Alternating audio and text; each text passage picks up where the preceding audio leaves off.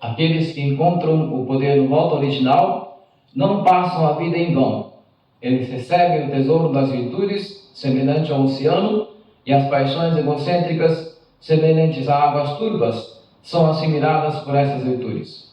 Hino dos Patriarcas, consolação. Tamandalos, tamandalos, tamandalos, tamandalos, tamandalos, tamandalos, tamandalos, tamandalos, tamandalos, tamandalos, tamandalos.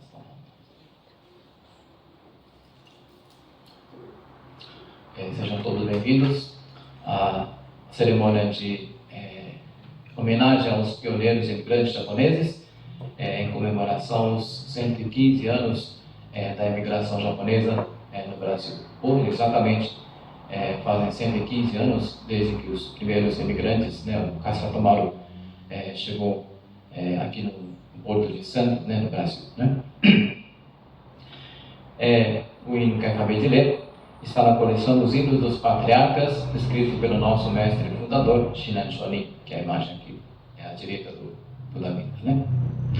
Aqui ele nos fala que o Buda Mida, para poder nos salvar, fez o seu voto compassivo, voto original, que se transformou na ação da sua grande compaixão, e essa grande compaixão do Buda Mida, através do Namo Amida Butsu, do Nembutsu, transforma a nossa vida de sofrimento numa vida plena de alegria e gratidão. Passados mais de 100 anos depois da chegada dos primeiros imigrantes aqui no Brasil, aos poucos a gente vai esquecer, a tendência, nós esquecemos dos esforços dos primeiros pioneiros imigrantes. Com isso, a realização de ofícios memoriais como esse, tem se tornado cada vez mais raro hoje em dia, tornando-se uma mera formalidade, perdendo o seu significado e o seu sentido. Por isso, é necessário refletirmos sobre o seu significado e lembrarmos que, se hoje em dia podemos usufruir, desfrutar de certa comodidade, conforto e facilidade, isso se deve, em grande parte, ao legado deixados pelos nossos pais e antepassados falecidos. Hoje eu gostaria de compartilhar uma fábula muito famosa chamada A Cigarra e a Formiga. Você já deve ter ouvido contar essa história em algum lugar, Só para lembrar a história, era uma vez, numa tarde de verão, de muito calor. A formiga trabalhava arduamente para poder juntar comida com a qual poderia passar o inverno com tranquilidade, abastecida de comida. Enquanto isso, enquanto a formiga trabalhava, a cigarra dizia para a formiga: relaxa, amiga, deixe de trabalhar tanto, o inverno ainda está muito distante. Assim, a cigarra passava os seus dias sossegada, tocando seu violino, cantando e curtindo a sua vida tranquilamente. Mas um dia chegou o inverno. Como a formiga havia se preparado, tinha acumulado bastante comida durante o verão, ela estava conseguindo se manter no frio do inverno, sem passar necessidade. Por outro lado, a cigarra estava num apuro danado, porque tinha passado o verão todo somente aproveitando a vida. Aí a cigarra então foi procurar ajuda com a formiga, Talvez a formiga pudesse dar comida para ela, Mas só que a formiga nem quis abrir a porta para a cigarra. E assim termina a versão original. Mas existe uma outra versão dessa história, cujo final tem um final um pouco diferente, Nessa outra versão, quando chega o frio do inverno, a cigarra bate a porta da casa da formiga. Depois de bater várias vezes na porta, a formiga não atendeu. A cigarra, então, achou estranho e deu a volta por trás da casa e entrou pela porta dos fundos, né? E aí, ao abrir a porta dos fundos, qual não foi a sua surpresa ao ver a formiga estendida no chão, completamente imóvel. A formiga tinha morrido, exausta de tanto trabalhar. Mas, dentro de casa, havia muita comida, né? Comida suficiente para poder passar o inverno inteiro, sem precisar trabalhar para buscar comida.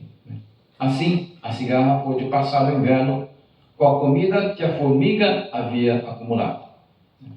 Assim termina essa outra versão dessa fábula, né?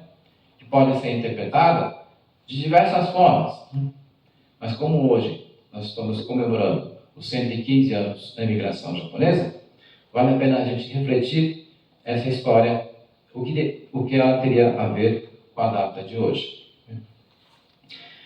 Ao ouvirmos os relatos dos primeiros imigrantes japoneses aqui no Brasil, ficamos sabendo que eles encontraram aqui no Brasil língua, costumes, clima e alimentos que não estavam habituados.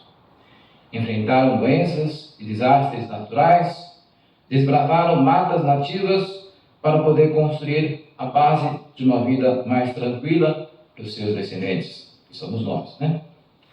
Graças ao sacrifício e esforço desses pioneiros, é que nós, seus descendentes, podemos hoje em dia desfrutar de uma vida com mais comodidade e gozando de certa credibilidade junto à sociedade brasileira. Na correria do dia a dia, acabamos nos esquecendo de lembrar sobre isso. Então, para que esses nossos antepassados tiveram que se esforçar tanto? Como formigas dedicadas, eles trabalharam diligentemente durante um longo período de tempo para poder deixar um legado que eles não puderam desfrutar, mas seus filhos e netos puderam desfrutar sem passar necessidade.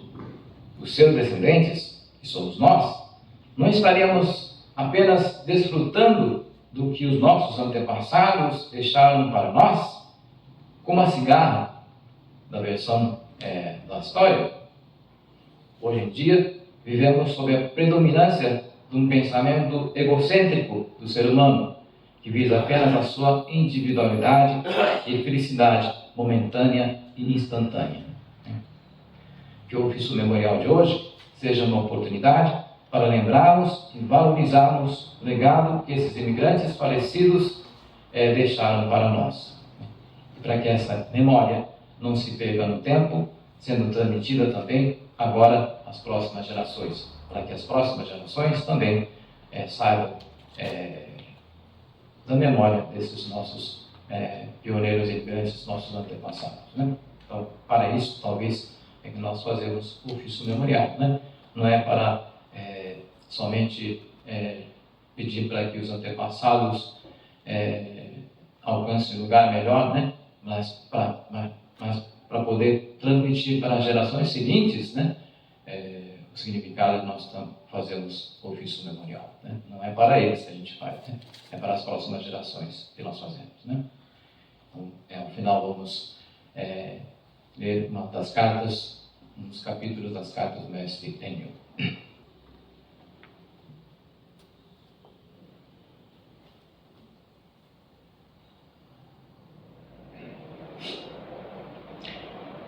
Cartas do mestre Enyo, capítulos sobre as pessoas ignorantes desta era do Mappo. Os leigos, homens e mulheres que vivem nesta era do Mappo, carecem de sabedoria e estão mergulhados neste mundo de sofrimento. Mas se confiarem profundamente no Buda Vida, sem se desviar, e recitarem o Nembutsu com a mente concentrada e em completa devoção, serão sem dúvida salvos pelo Tathagata Vida, mesmo que seu mau karma seja pesado. Esse é o significado do 18º voto do nascimento na Terra Pura através do Nembutsu. Com a mente confiante Shinjin assim consolidada, recitaremos o Nembutsu por toda a vida, quer estejamos dormindo ou acordados. Reverenciamos sempre